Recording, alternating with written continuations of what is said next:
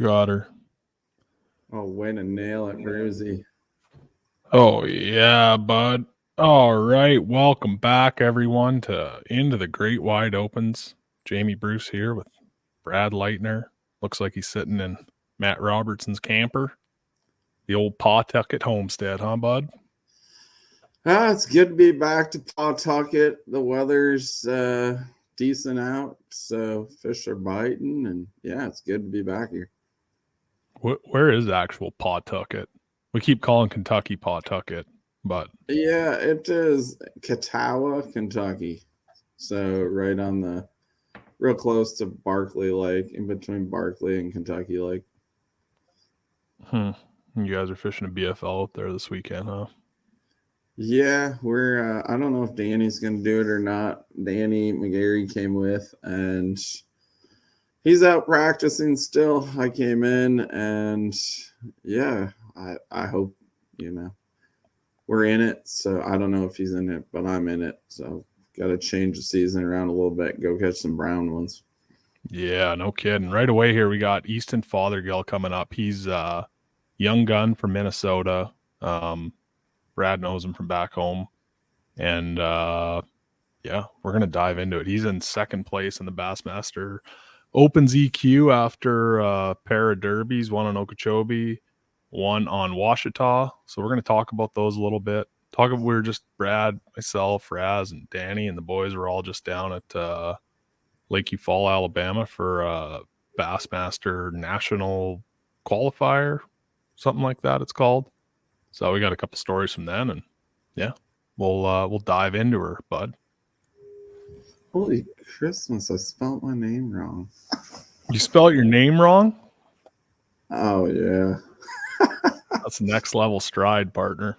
Oh, my God. All right. Well, before we get into it here, just want to remind everyone, like I said, we were just down in you follow this time of year, water temp obviously is a big deal.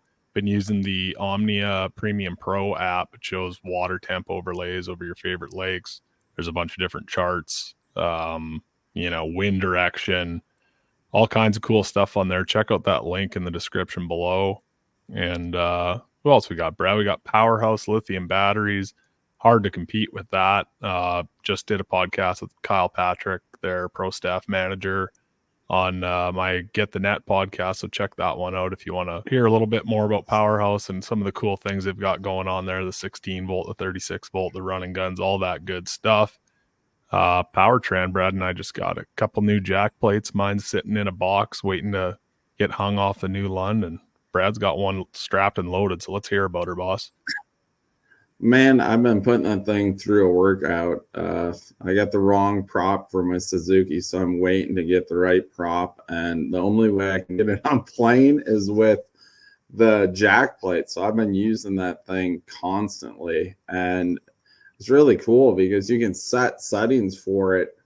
You have a little digital readout, so you can, manually set like you want it at 5 inches or 1 inch, 3 different options. And once you set it, like when I go to take off, I need it on 5, and then when I'm running on 1. So I hit the button, it goes up to 5, then I start taking off. I hit the next button, drops her down to 1, and I take off. I couldn't be more impressed with them. They are really bad to the bone.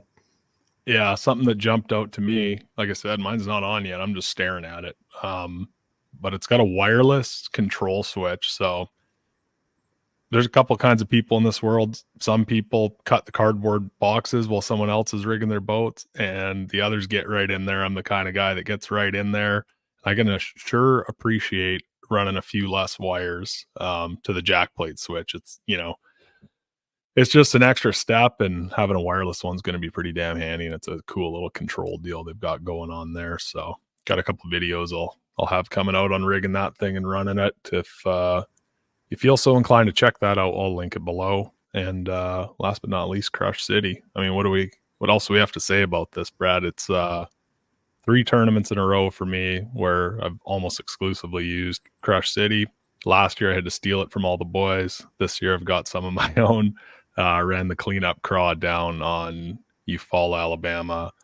I think I caught like 12 of my 14 bass on it. And it's one of those deals where it's tough, you know, if you're sponsored by something, you got to talk about it. And I really don't like sharing it because you kind of, you know, we're on the right side of that edge right now.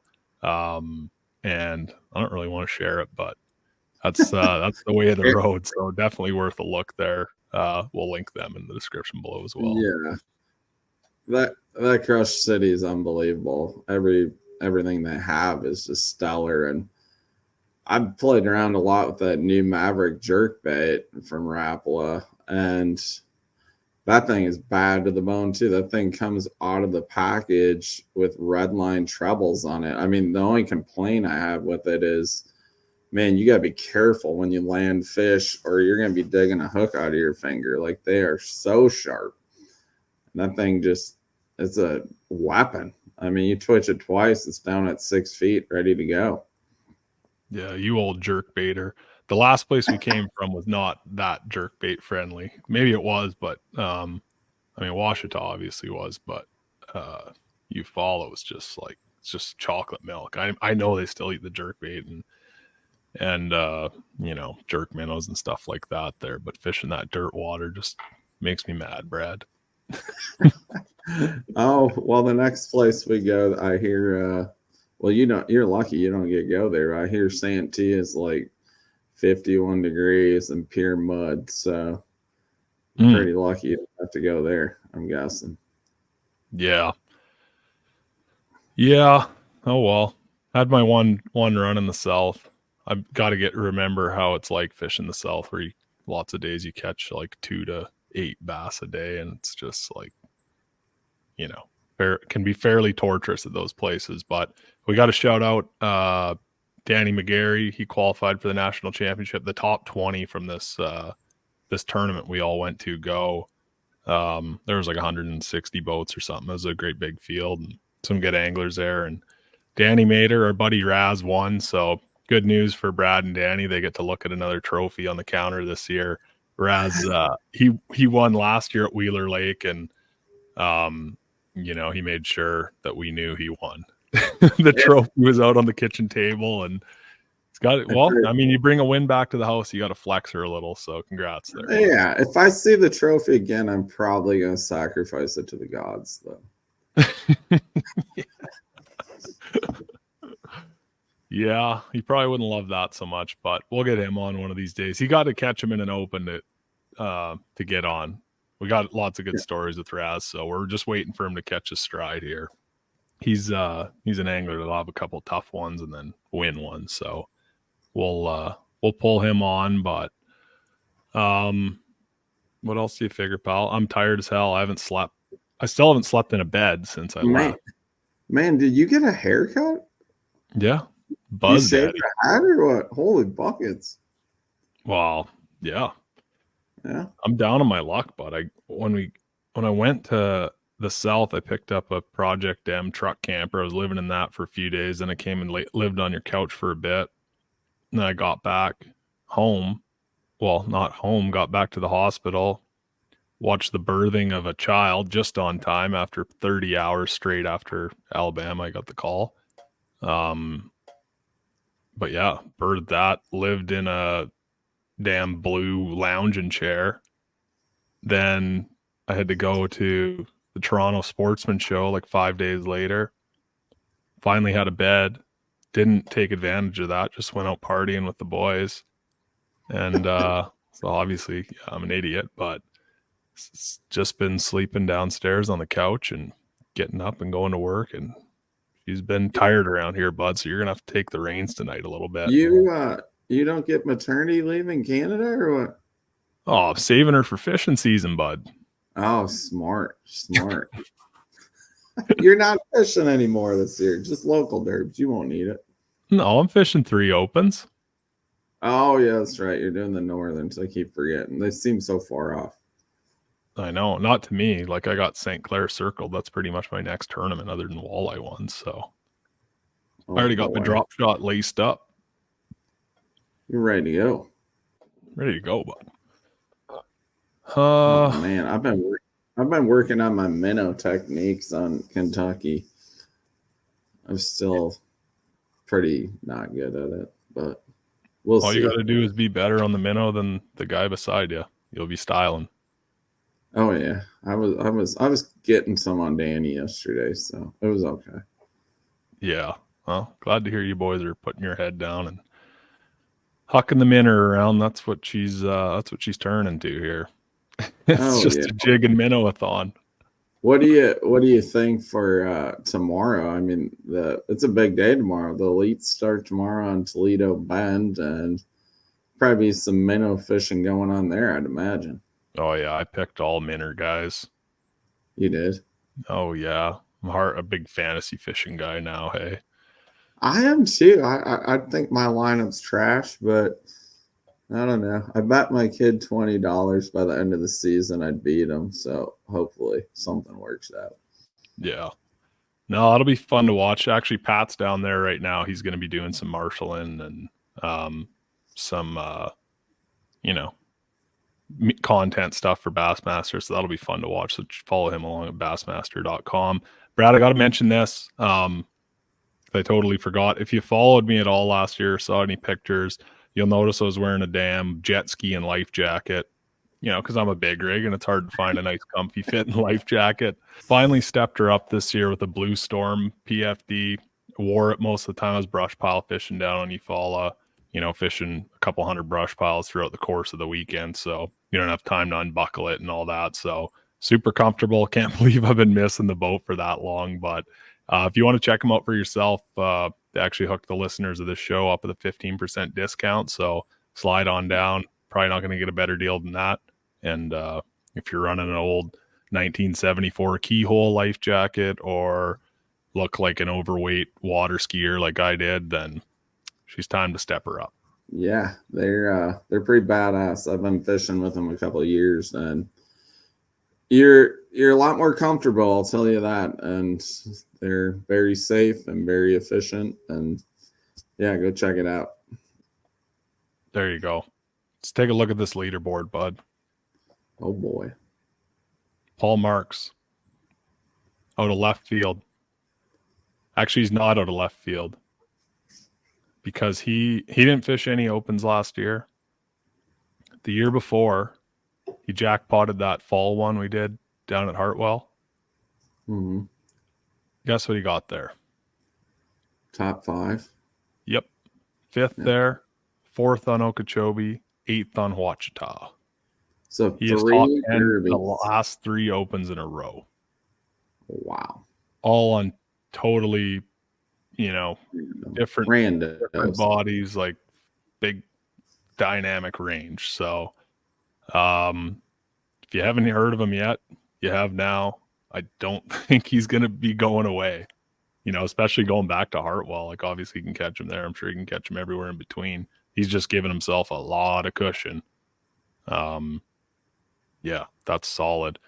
And like we said, we got Easton Fothergill coming up next. Andy Newcomb, first met this guy. He and I had both made the top 10 at Ozarks. And, I met him. I was like, oh, okay, FLW guy just lives there, jackpot, and made the top 10, whatever. Didn't really think much of it. And he is doing all the opens this year, and he's killing it with no Ozarks.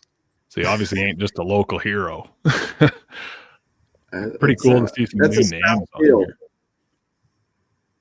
Yeah, it's a strong field, but like after 2, and it's hard to gauge after 2. But like we were calling it a strong field based on, the guys coming back from last year, the BPT and FLW fellas jumping over, couple like Tucker Smith coming up from college, but no one in the top 10 after 2 events caught them in the opens last year. This is like a whole new fleet of names. So that's like even more scary More scary. Yeah, yeah. I mean, Logan Johnson's here. He was up there last year. Austin Cranford did okay. He's up there a little bit. Trevor McKinney's hovering around. But everyone else was like nowhere near the top last year. It's pretty wild to look at. I mean, guys you expected to be there, like Dakota Bear, Cody Meyer, they're both in the top 20. Evan Kung, Canadian, stepping her up this year. He had a rougher go last year, and then he did real well at the Toyota Championship, and now he's lighting them up in the Opens this year. So he's obviously doing some learning and caught some momentum, and obviously I'm pulling for him. But yeah, man, just what you guys needed. Things to get even scarier. I quit thinking about it. Honest to God, you just gotta play your game, and hopefully at the end of the season you can get some top tens, maybe a win, and even out some things, because it kind of looks at the first two, last year kind of was the same deal. Like, who were the top two last year? There was there was Milliken. Three. There was Milliken, Brett Cannon, John Garrett. So Brett Cannon had 2 third-place finishes in a row. John Garrett had 2 fourth finishes in a row. Milliken had a first and a fifth. Like, absolutely came out swinging. Yeah. So, and 2 of those guys made it. Or no, 2 of them made it. Milliken made it in the last tournament. So you're gonna definitely see some moving around, and hopefully you're on the right side of it. Yeah, she's a long season. It's way too early to really be peaking that. But I just thought it was interesting just because of the new names we're seeing. Yeah, it's pretty scary with our next guest. He's a northern angler, and he's killing it the first 2. I think top 10 the first one, 11th, and this last one, which, anyone that was fishing that derby, it was tough to get a bite. It was probably it was tougher than Watts Bar on me to get a bite. Like, it was, if you caught one, it was decent size, but it was like, man, you fish for hours and hours and hours without getting bit. And, he went out and got him. Yeah. Man, there's some craziness going on. I know Bigelow caught an 11-pounder there pre-practicing. I thought that was just like the boss of the lake, Yeah. Like, in a lake where 17, 18 pounds is a big bag, you don't expect to see double-digit fish, and we saw a couple of them almost. Like, Kung had one just under 10, and Zach Guterman had one just under 11. Like, that is bananas. They might not see one of those at Toledo Bend. And the crazy part was, you didn't see many 5-6 pounders. It was either they were 2 or 3 pounds or double digits. There wasn't a ton of 5-6 pound fish in there, or even 4 pounders for that matter. But there definitely is some giant swimming in there. Yeah, that's cool. I feel like I would have liked that lake. That one I was a little bit butthurt about missing. But Okeechobee and Sandy Cooper, have at her, boys.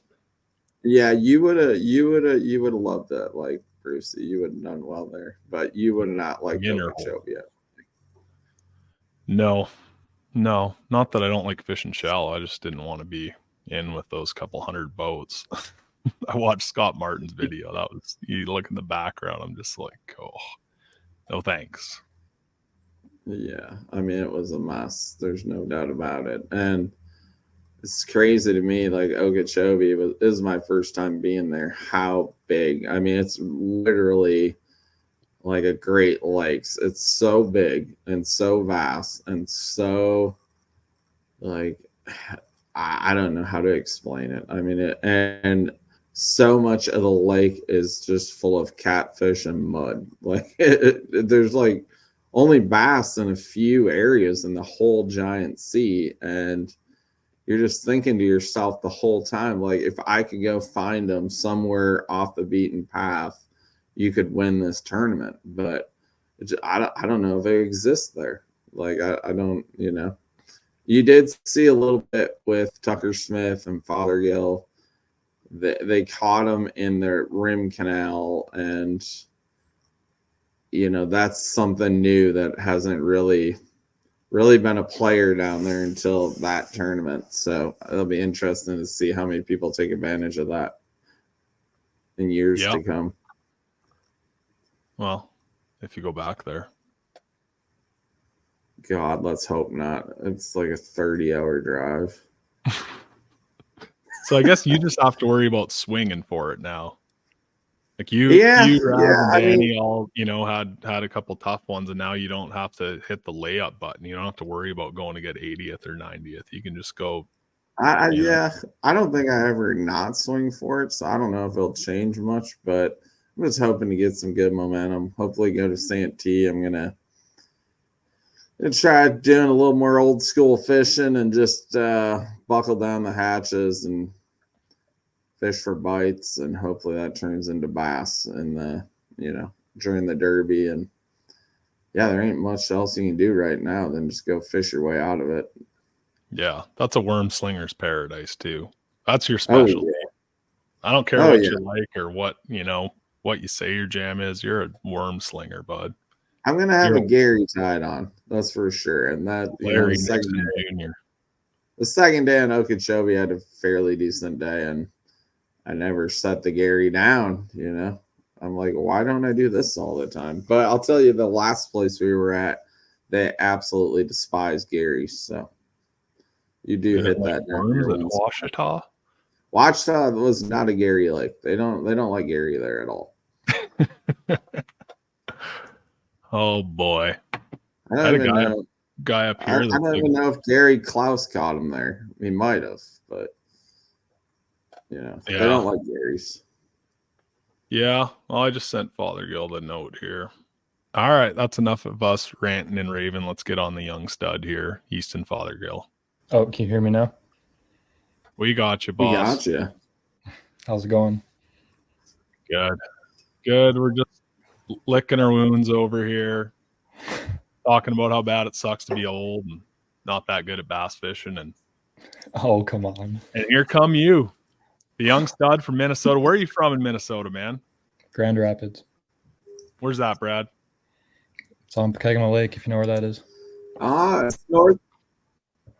It's north of the city's probably 3 hours. Kind of the heart of bass fishing up there.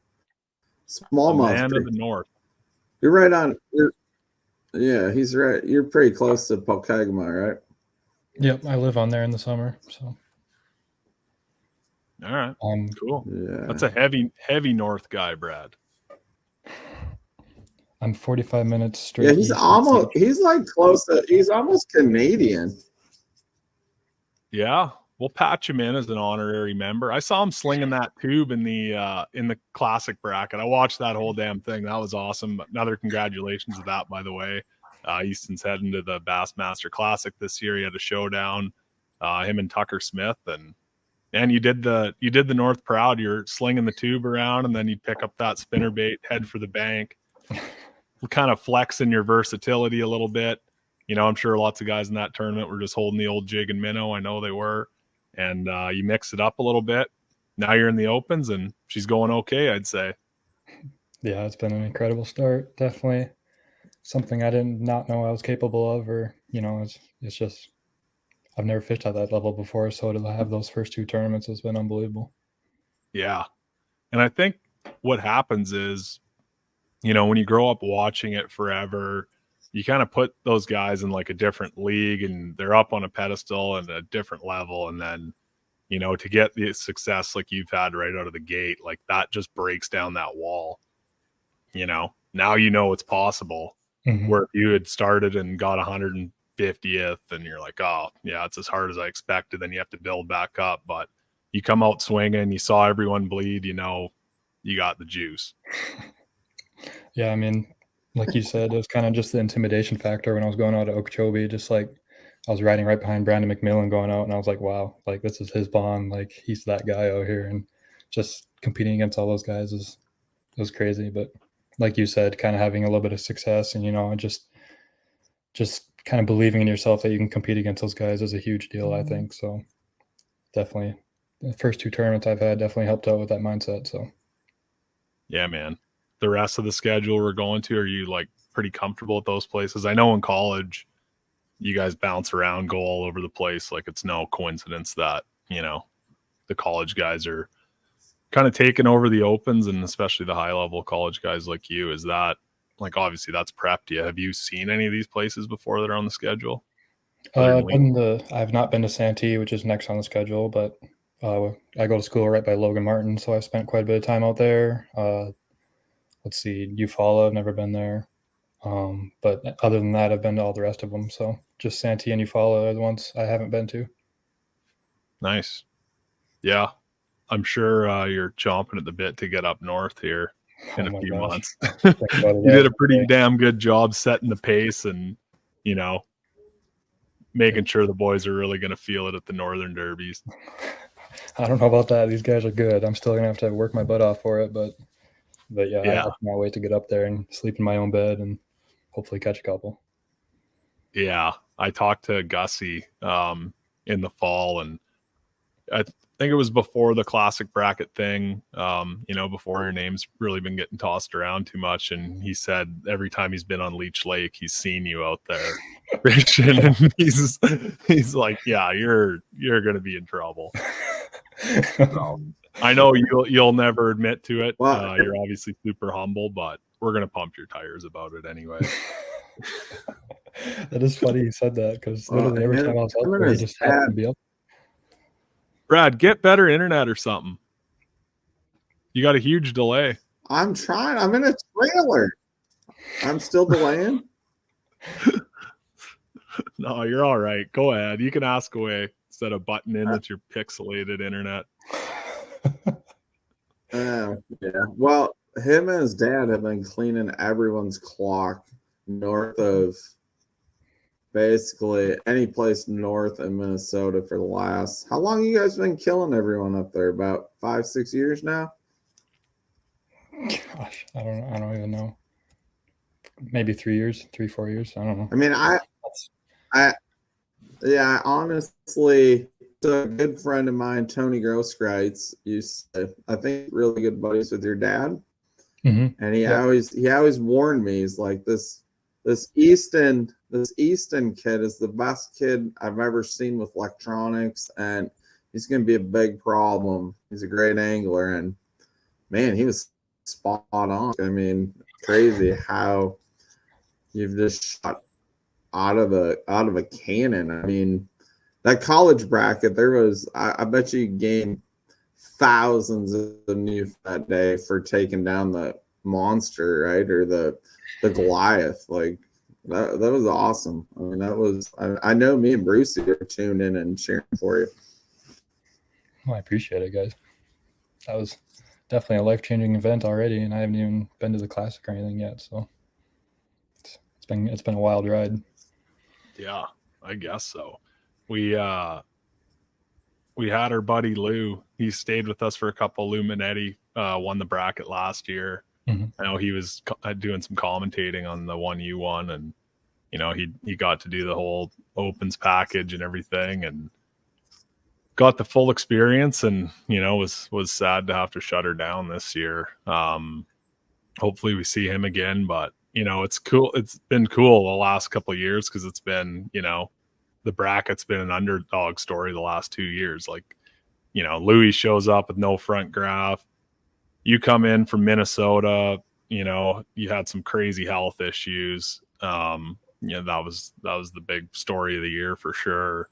And come out swinging and win. And it's been pretty fun to follow. Like, I'll never admit that I watch college fishing, but the last couple of years I've been all over the college bracket. So there's, you know, there's some good stuff coming out of that. But I heard you on a podcast after you won. I don't remember what podcast. Might have been BTL or might even been on Straycast with Fighter or something like that. But you didn't know at the time if you were going to be doing all the opens. It was kind of like it wasn't a for sure thing again. And then what happened there? Yeah, when I had won, I heard both stories that I was either going to get to fish all 9 or just one division of my choosing. And I just kind of had to go to the bass team and plead my case. Like, look, like, I've been doing school and this college schedule, which is a lot of tournaments the past 3 years, and I'm able to make it work.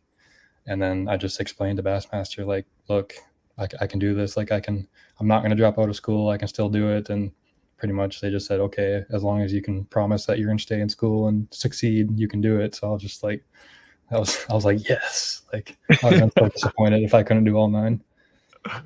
Yeah, that's awesome, man. So you're still going to college. Are you still fishing college tournaments or hell no? I am. It's Come been a on. heck of a schedule. Yeah. I mean, my next schedule, so I leave March 1st for Santee. I come back for 3 days, and then I go to the Classic, come back to school for a week, and then I'm gone the entire month of April, fishing tournaments. So I don't know how I'm going to, figure out school a little bit. I'm going to have to come back during practice for a couple days just to get school in line. But it's been a crazy schedule so far, and it's only going to get worse. So, but I'm all for it. Yeah, well, we know all about the crazy schedules, but So- that's good, man. Keep you hopping, keep you grinding. So no pre-practice, obviously, for any of these opens. You're just showing up, taking the allotted time. Just the Classic. I looked around a couple days, but no pre-practice for the opens or anything. Nice. What's up, Brad? You had a question on the tip of your tongue. So do you graduate this spring then, or how many more years of school do you have left? Yeah, I graduate in May, and I'm planning on staying a 5th year unless I happen to graduate. Qualify for the elites this year. Then I'll back out of the 5th year. But either way, I'm going to stay here in Alabama and live here for at least another year and kind of figure out what to do from there. Crazy, man. I didn't know you were still in school. Oh yeah. Yeah. It's a lot of late nights doing homework on the road, but it's all worth it. 100%. Do you have like some basket weaving classes, or are you going to be like a or what are you taking in school? Are you doing what every other college angler does and taking business marketing? Absolutely. Marketing. Okay. Yeah. You can just get the assignments from your buddies the year before and fire them in. I wish it was that way. It is that way for a couple of them. You get lucky every once in a while, but most of them got to do it on my own. Man, when I was in high school, they just had the courses were like first semester would be the same course as the second semester. And this girl I knew who's just like a brainiac. I was like, fishing and whatever. Didn't care about school at the time. And I was like, God, just give me your book assignment or whatever it was. And she had gotten a 97 on it. I just took it, put my name on it, fired her in. 56, needs improvement. Same teacher, same class, same assignment. I was like, okay, I get it.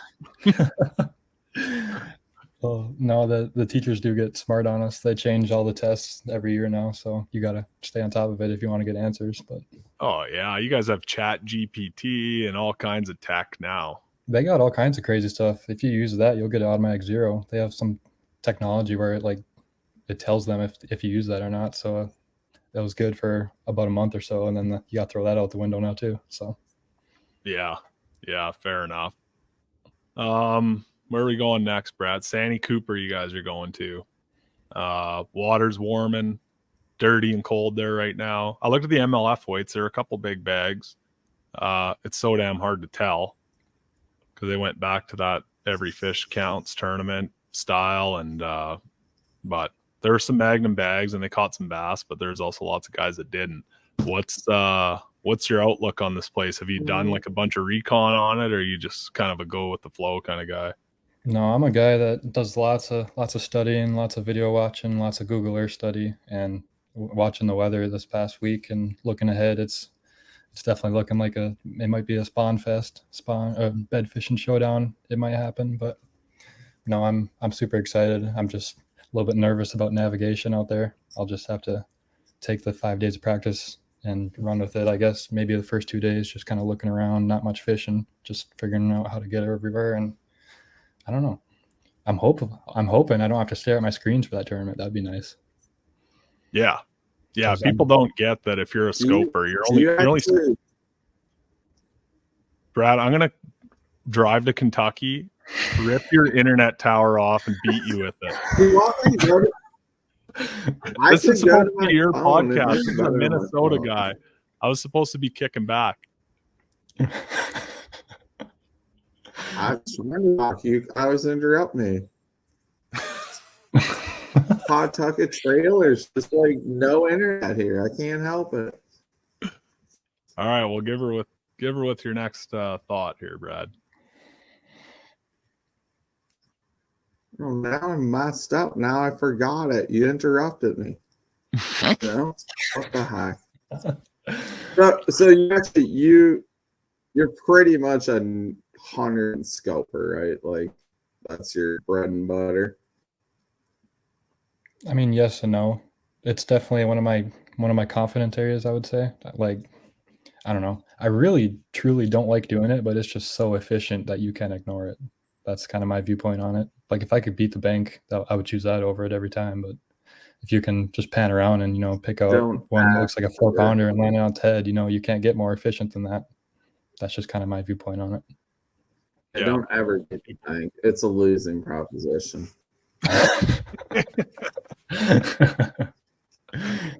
The banks where derby careers end. Apparently. It will be cool if Sandy's spawning slugfest though. Like, when was the last like full spawning open? Like Fall, Alabama last year was kind of supposed to be, and there was like about 8 fish on beds, and they just got cycled. And everyone lost that did that. And I don't know, the year before, was there any, like maybe the James a little bit? I can't remember. Like, I don't remember ever following like a full spawning open. Do you, Brad? Wasn't Kerr a lot of spawning fish last year? I haven't. No. Yeah, like I caught them off like fry guarding out in 15 feet, but that was also just kind of a way to like get paid there. They were all 240s, and it wasn't like the deal. And then I know there were some shallow ones too, but like I think the guys that won were kind of had some shad spawning going on and some spinner baiting and things like that. So it wasn't a true spawning derby, I'd say. Gotcha. Brad? I don't think I haven't been a part of one in the opens yet. Like, no. I mean, the James River, they do spawn, but you can't see them. It's kind of forward facing spawn, but I haven't been to a tournament where they're hundreds or thousands of beds yet. So I'm looking forward to kind of like bed fishing. But yeah, it doesn't sound like Toledo. Everyone's kind of looking at Toledo this year like it might be, but I'd be pretty damn surprised if that was the deal.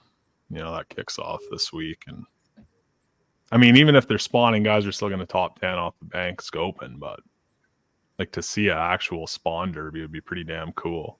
Save your neck a little bit from the scope. Mm-hmm. No, that'd be a ton of fun. But I hear it's kind of muddy lately, so I don't know. Well, you got to check out the Omnia Premium Pro app with that water clarity layer. Is that the deal? You got to check it out, man. It's legit. I sit here and look at it, and I'm not even check it out. I'll do that. You get a 7-day free trial on it too. Yeah. Cool. Yeah, she's a freebie. It'll show you. You can like dial in. I don't know if you've used the Wind Finder app. You've been to Sturgeon Bay, so you probably have. Mm-hmm. You can throw that layer on. Really? With the water clarity, with the water temperature. Dang, so that's pretty cool. Yeah, it's a bit of a sneak. It's another one of those deals we don't love sharing, but it's it's kind of part of the game. When something new is up and coming, we're going to share it with you. So definitely take a look there. If you check it out and it's awesome, just let me know and I'll cut this part out of the podcast and we'll air it after the tournament. Okay. Yeah, man. Okay. So the opens are nothing new to you. You've dealt with these massive fields. You've dealt with crazy travel. I'm sure you've gone from Minnesota down to these places lots. I know you're down at Montevallo, but prior to that, I'm sure you've done the big road trips. You've seen the dynamics. You've seen these places. Like, you're pretty much and you're not going to accept this because you're obviously super humble, but like, you high-end college guys coming out are like already journeymen right out of the gate. So it's pretty fun to watch. It's good to see that we've got a horse in the race in the north here, because the north is going to be pulling for you hard. Well, thank you. No, like you said, the whole college fishing thing is definitely a stepping stone. Like everyone says, like we have the 250 boat fields, and the competition is a little bit less, but still these guys are good. You find a little juice hole, you're not going to have it to yourself. Someone else is going to find it, just like the opens. So it's definitely prepared me. And also the travel, like you said, just kind of dealing with all that and just kind of knowing the ins and outs and, everything that happens during travel, all the trailer issues, that kind of thing, just kind of getting through all that. It's definitely prepared me really good for the open. So, yeah. Are you like, who are you staying with this year? You got some buddies you're traveling with? Yeah, for the Opens, my roommate here, actually, Bo Browning. I don't know if you've heard of him. Stephen Browning's son. That's who I'm Yeah. traveling with for the Opens. So me Yeah. and him kind of. He's lighting them up this year too, isn't he? Good event at Okeechobee, and then we were both sitting good after day one at Ouachita, and he kind of slipped a little bit, but he's still like 14th or something in points, like very well in it. So Yeah, he's in 16th right now. That's awesome. yeah, One behind Brandon McMillan, sandwiched between Brandon McMillan and Trevor McKinney, couple seasoned guys. That's not a good sandwich, but no, he's had a good start, and being able to bounce ideas off each other. You know, we have completely different backgrounds. He's from Arkansas, I'm from Minnesota, and we kind of came together here at Montevallo in Alabama, but we kind of have every corner of the country covered, I guess you could say. So bouncing ideas off each other in practice has been really cool. Yeah. You got some other studs coming up behind you guys from Montevallo? There's a couple that definitely have potential for sure. We have a kid competing at Red Crest this year. His name's Dalton Head. That'll be really cool to see too. He won the MLF National Championship last year and then got in there through the Toyota Championship. So there's definitely a couple studs coming up, and it'll be really cool to see what they can do. That's bad news for us, Brad. Yeah, we're getting old. We might as well go to the pasture, I'm thinking. You know, we're too old. Just shut her down? Turn into crappie and walleye guys? Just shut her down. Build dance chairs we on can the probably front of the beat boat. walleye guys. Yeah, I got one up there now. That's friggin' mint. You got a leaner? I get a lot of fun made of me for just leaving my butt seat in, but you know, fish enough big water up here, enough walleye tournaments, I'm always just leaning on one that when I take it out, like even if I don't touch it all day, like when I set the hook, and I always step back and like lean into it and roll off to the side. So if I take it out for like a derb or something, I'll just end up right on my ass. So that's the reason mine's always in. And the best part is when you go to like somewhere like Sturgeon Bay or the St. Lawrence River, or when we go to St. Clair this year, everyone that's too cool for a butt seat, when there's a 15-mile-an-hour wind, bye-bye. They'll be in for quite the awakening. Oh, yeah. All right, man. Well, your schedule's nuts. We don't want to take up any of your studying time here, but thanks for coming on. Just wanted to give you a shout out from the north. It's as I'm sure you're feeling already when you're up here, not many people get the chance to go down there and try it. So there's a little extra weight behind you, and keep killing it, man. It's been fun to watch, and we're going to keep following you throughout the year. Awesome. Thanks, guys. Thanks for having me on. Yeah, bud. Brad, anything No to say to your young Minnesota brethren? No, just proud of him. He kind of came through. So you fished the SATT program, which I'm a part of with my son, and just watching you grow and develop. Like it's really cool watching, someone come from the north and be successful down south, because I know how hard it is. It's not easy, and you're killing it. Just keep it up, and I'm sure we're going to be watching you on TV quite a bit from here on out. Awesome. Thanks, Brad. That means a lot. Okay, man. Good luck at Santee, Brad. Take it easy on us. Yeah, we'll be in touch. And take it easy on us on Leech Lake. Oh my God, Brucey, why are you rubbing your head? Because you're a podcast host with no damn internet. Oh my God. I'm going to talk we to gotta my cut landlord. the poor man loose. Let's cut him loose. We'll hash this out outside of the podcast. See you, boys. Have a good night. Okay. Later, man. All right, guys. Thank you. Bye. Thank you.